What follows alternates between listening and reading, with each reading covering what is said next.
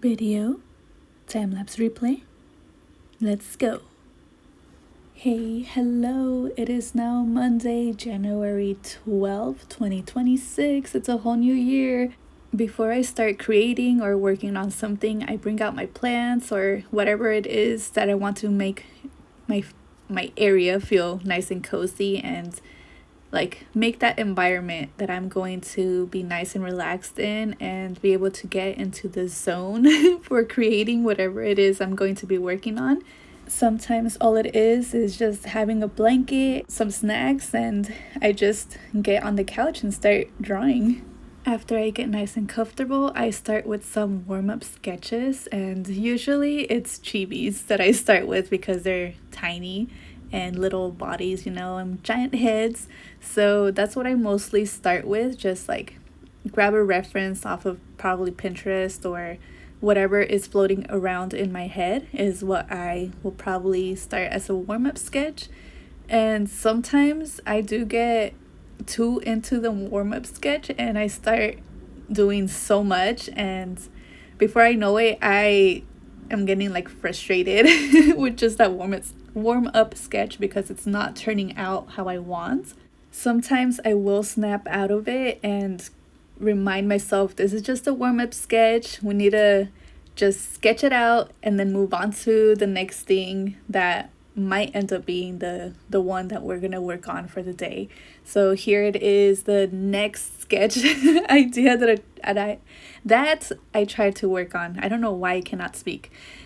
So I went through a few warm-up sketches and I was probably going through Pinterest. You guys should know now that I go on Pinterest when I'm trying to like do warm-up sketches and stuff, and eventually I just like find the sketch that gets me like, yes, this is the one that I'm going to go all the way with, make the sketch, kind of like refine it, like do like darker lines around the places where I for sure want there to be darker lines, like the face, around like the profile lines, the eyes, eyebrows, jaw, the ears. The hair stays really light because I want it to be loose and because it's like a fire kind of effect that I want with the hair, so I didn't really detail it too much. So here on the face, I am adding more details and fixing some details, erasing stuff that I don't want to be there because I want this to stay as like a sketch as for the finished piece.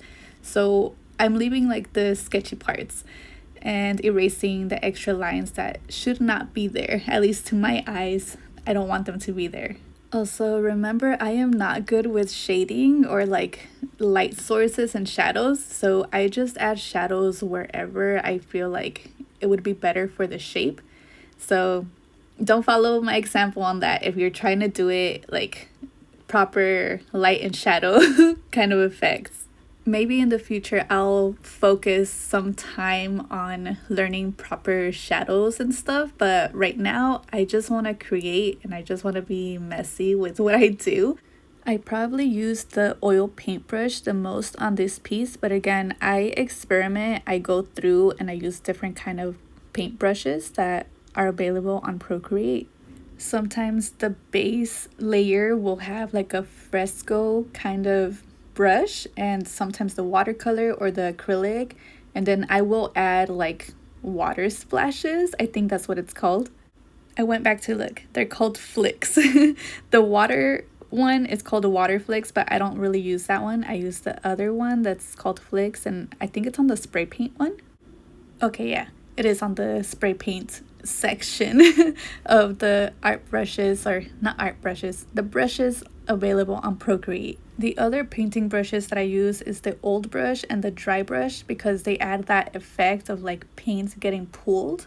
And then also for like the background, sometimes when I want to make it look like an actual canvas texture, I will use the brush called stucco. I think it's called stucco, and you can see it happening here. I add that, and sometimes I'll like zoom it in so it can be a bit bigger, but that's what I add for the background to have that canvas or paper texture, and I bring down the opacity on it too. Sometimes I'll experiment with the colors so that it can like look a bit more better. But I try not to hyper fixate on just one single detail because that's how I end up having art pieces that I leave unfinished. Okay, now back to the time lapse. For the color palette, I wanted it to be blues, and I added pink so that it could have like some warmth to it, but it was not enough. It still felt cold. So I decided I'm gonna do my floating head thing and I added the gold inside, and that's been a thing that I've been doing also. I've been adding the gold inside, so it's like the heat coming from inside the body kind of thing. And I added like little stars and stuff like all over the place to show like the energy is coming out and it's mixing with the blue flames. I added shapes and lines to the hair because I felt like it got lost with just being a single line. So I went in and added that, and then with the outline I made it back into black again and started adding detail to the background to like make it have some separation between the character and the background. At least to me, this is how I do it. This is how I separate the background from the character. I adjust some outline details that I didn't want, and then I added some highlights because I don't know, I just like adding highlights and just finishing details. That's all it was for the end, just like little details that I just got carried away with and I just started adding. I added so many little lines, like pencil lines to it. I was happy though, and I was in the zone, and I finished a whole piece in like a day because I was really into like the whole feeling of this piece, the painting, the sketching, all these little details, the color that I chose, the color palette. I was very happy with this piece. I named this piece Glimpses because it felt like I was seeing the little details as I was working, like ahead of time. I could see a bit into the future and see like, oh, I'm gonna add this detail there as soon as I'm done with this detail here, and it would just go like that throughout the whole piece. I was just moving. So this is like one of my pieces that I'm like so proud of and like happy with because it just flowed out. It was so natural, and I'm happy to share it with you, the process of it and how it came to be. So if this piece called out to you and you would like to own it as an art print, let me know in the comments below, because as of right now I have not added it to my imprint shop, but I could. There are a few paintings that I've made on Procreate that I have not added on to my shop yet, so let me know if there is one that is not there that you would like.